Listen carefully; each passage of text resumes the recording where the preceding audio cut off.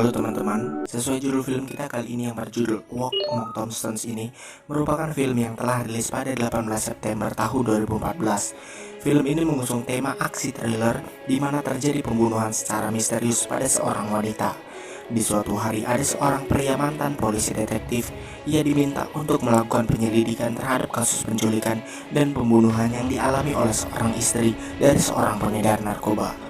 Nah, tanpa berlama-lama lagi, mari kita langsung saja masuk ke alur ceritanya.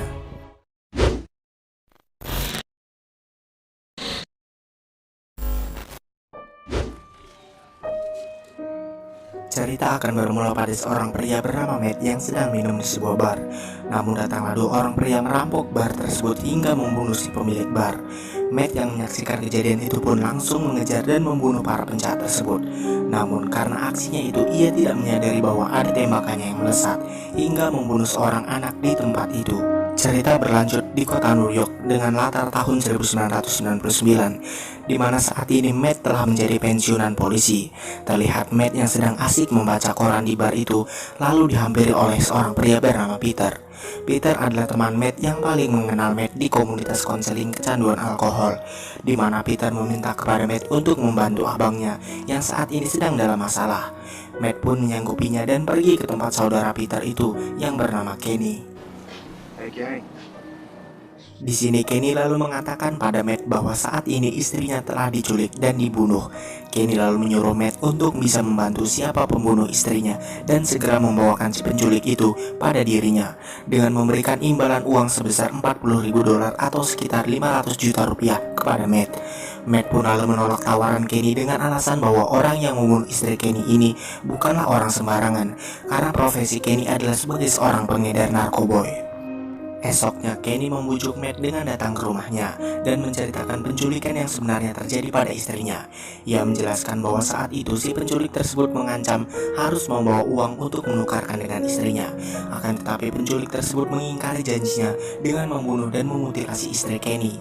Kenny lalu memberikan sebuah rekaman suara penculikan yang ditinggalkan penculik di mobil tempat mayat istrinya ditemukan. Matt lalu memutarnya dan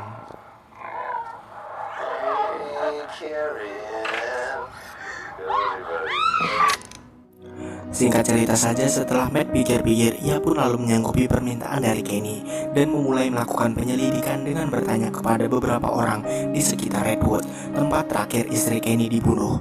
Karena kurangnya informasi mengenai penculik tersebut, Matt lalu pergi ke sebuah perpustakaan untuk mencari informasi berkaitan dengan penculik tersebut dengan bantuan TG, yaitu bocah yang baru dia temui di perpustakaan ini.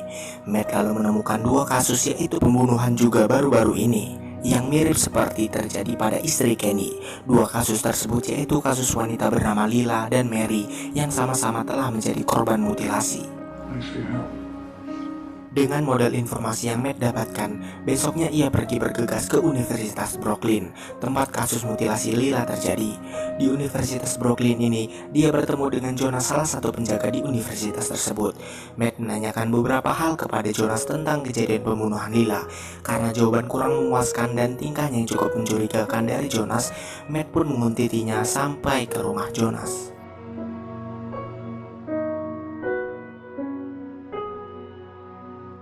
Setelah mencari-cari beberapa sumber data informasi, Matt menyadari bahwa rumah Jonas berdekatan dengan rumah mantan pacar si Lila.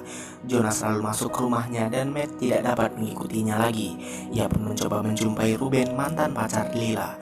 Ketika sedang berbicara dengan Ruben, Matt tiba-tiba melihat Jonas keluar dari rumahnya, dan Matt pun langsung menyudahi pembicaraan ini dan lalu masuk ke gedung rumah Jonas. Di sini Matt menemukan foto-foto Lila, korban pembunuhan tersebut, di atas atap rumah Jonas. Jonas yang melihat keberadaan Matt dari kejauhan lalu mencoba untuk membunuh Matt dengan pisau.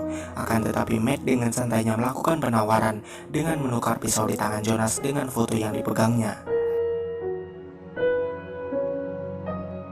Di sini Jonas selalu berkata pada Matt bahwa dia sudah bertemu dengan penculik tersebut di sebuah tempat pemutaran video, bahwa kedua penculik tersebut mengaku pekerjaannya sebagai dia atau sejenis kepolisian gitulah.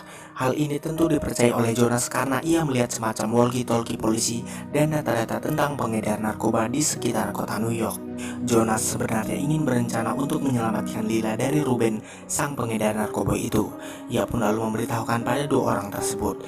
Namun ternyata ia salah menduga, yang dikiranya baik ternyata adalah psikopat, di mana dua orang itu lalu menangkap Lila dan mereka malah menyiksanya.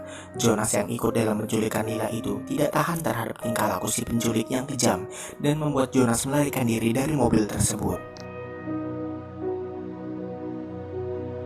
Matt lalu mengatakan dan meminta Jonas untuk menemaninya ke tempat video itu, karena yang bisa masuk ke tempat tersebut adalah orang yang dikenali saja. Jonas pun mengangguk dan meminta sedikit waktu untuk memberi makan burungnya terlebih dahulu. Akan tetapi Matt malah bunuh diri dengan melompat dari atas atap gedung ini, dan Jonas pun lalu tewas tak sadarkan diri. Di sisi lain, para penculik yang diceritakan oleh Jonas tadi sedang mengintai terhadap salah satu keluarga. Tampak terlihat bahwa penculik tersebut akan menjalankan rencana selanjutnya, hingga akhirnya mereka menemukan target yang sesuai, yaitu seorang anak cantik menggunakan pakaian merah.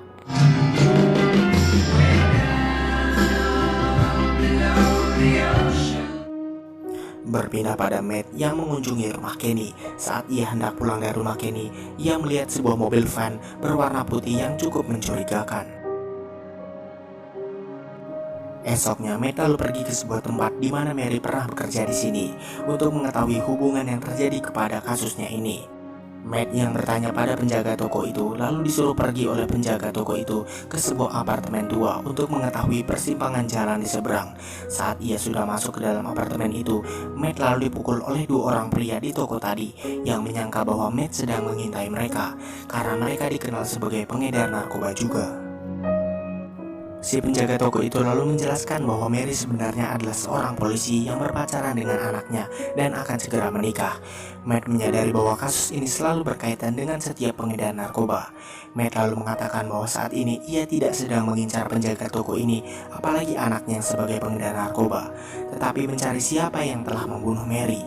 Matt menyimpulkan penculik itu menculik salah satu keluarga si pengedar narkoba karena mereka tahu bahwa orang terdekatnya tak akan memberitahukan kepada polisi karena mereka terlibat di dunia pernarkobaan juga. Di malam hari saat Matt sedang perjalanan akan pulang, Matt bertemu dengan TJ yang tampak sedang gelisah di jalan. TJ mengatakan pada Matt bahwa ia menemukan sebuah pistol di jalanan dari seorang pria. Namun pria itu lalu kabur dari kejaran polisi dan membuang pistolnya. Lalu tibalah siang hari, di mana Matt yang sedang dalam melakukan penyelidikan merasa ada orang yang sedang mengikutinya. Matt yang tentunya pernah bermain di film laga action berjudul Taken itu tidak akan menyanyiakan actionnya dan lalu berhasil melumpuhkan si penguntit tersebut. Ternyata penguntit tersebut adalah agen DEA yang sedang mengurus terkait masalah narkoba, yaitu si Kenny. Agen DEA itu lalu melepaskan Matt karena Matt tidak terlibat dalam dunia pernarkobaan itu. Matt pun lalu mengunjungi kediaman Peter dan bertanya kepadanya kenapa ia bekerja sama dengan DEA untuk menangkap Kenny, yang abangnya sendiri. Peter dan Carrie, di mana Carrie yang merupakan istri Kenny, sepakat untuk bekerja sama dengan DEA untuk menangkap Kenny. Peter menjelaskan bahwa dulu dia tertangkap polisi ketika mengedarkan narkoba dan diajak oleh polisi untuk bisa menangkap Kenny juga. Polisi yang menangkap Peter adalah Mary Godskin, korban pertama yang diculik oleh orang tak dikenal itu. Penculik tersebut membunuh Mary yang berstatus polisi sehingga ia mendapatkan file DEA tentang daftar para agen-agen narkoba di kota New York ini. Matt pun mengatakan bahwa akibat penangkapan Peter ini, sekarang para penculik itu mengetahui tentang data Kenny dan menyebabkan pembunuhan pada para pengedar narkoba lainnya. Ternyata Carrie dibunuh oleh dua orang penjahat itu. Esoknya Matt pergi mengunjungi TJ yang sedang dirawat di rumah sakit akibat ia diserang oleh dua orang pria karena TJ ketahuan mengambil pistol tersebut. Dokter lalu menjelaskan keadaan TJ kepada Matt bahwa TJ saat ini sedang menderita penyakit sel anemia dan sering mengalami penyumbatan di pembuluh darahnya. Diceritakan pada film ini bahwa TJ ini adalah anak yatim piatu. Dugaan Matt sebelumnya bahwa akan ada kasus penculikan lagi terhadap bandar narkoba adalah benar saja. Matt disuruh Kenny untuk datang membantu teman Kenny. Ternyata hal ini terjadi pada keluarga Mr. Landau, teman Kenny sesama bandar narkoba. Matt menyarankan untuk menyerahkan hal tersebut kepada polisi. Mr. Landau itu pun lalu menolak karena ia sekarang berstatus sebagai pengedar narkoba. Dengan itu ia dicari oleh polisi. Dan disinilah Matt lalu mulai menyusun rencana dengan melakukan negosiasi pertukaran uang dengan si penculik itu. The girl's gotta be alive and all in one piece for any kind of deal to happen. Matt yang akan melakukan pertukaran dengan uang itu, di mana uang itu nantinya akan dicampur dengan uang palsu dari Peter dan Kenny.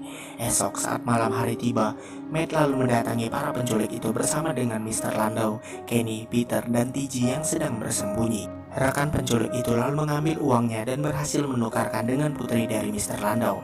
Karena rekan dari penjahat tadi mengetahui bahwa ternyata beberapa dari uang ini adalah benar saja palsu, hingga terjadilah adegan tembak-menembak di antara mereka.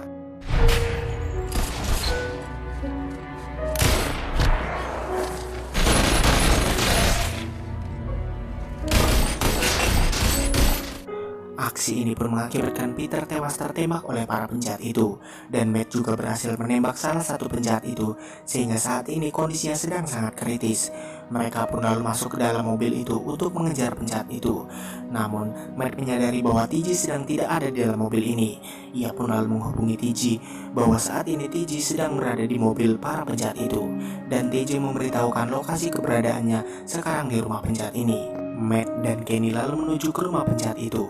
Saat TJ yang berada dekat dengan rumah ini, tidak sengaja ia melihat melalui sebuah jendela bahwa rekannya itu malah membunuh rekannya sendiri yang sedang sekarat akibat luka tembakan tadi. Matt dan Kenny yang telah tiba di rumah tersebut lalu masuk ke dalam dan berhasil menangkap si pembunuh itu. Kenny yang ingin menembak penjahat itu lalu diingatkan oleh Matt bahwa ia sebaiknya merelakan penculik tersebut kepada polisi karena hukumannya pasti akan sangat berat, bahkan 3 kali hukuman seumur hidup. Kenny pun lalu tidak menyetujui hal tersebut dan ingin sendiri untuk bisa menyiksa dan membunuh penculik tersebut. Matt lalu keluar dari rumah ini untuk mengantar TJ pada taksi. Ternyata saat Kenny yang turun ke lantai bawah mencari pisau itu telah mati terbunuh oleh si penjahat. Matt yang masuk ke dalam rumah ini lalu terjadilah pertarungan di antara mereka yang akhirnya dimenangkan oleh Matt. Untuk lebih serunya mari kita simak saja cuplikan videonya berikut ini.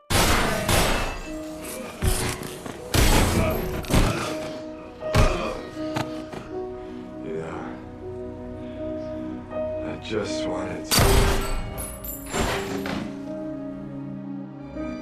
Matt lalu pulang ke kamar apartemennya dan melihat ke arah TJ. Lalu film pun selesai.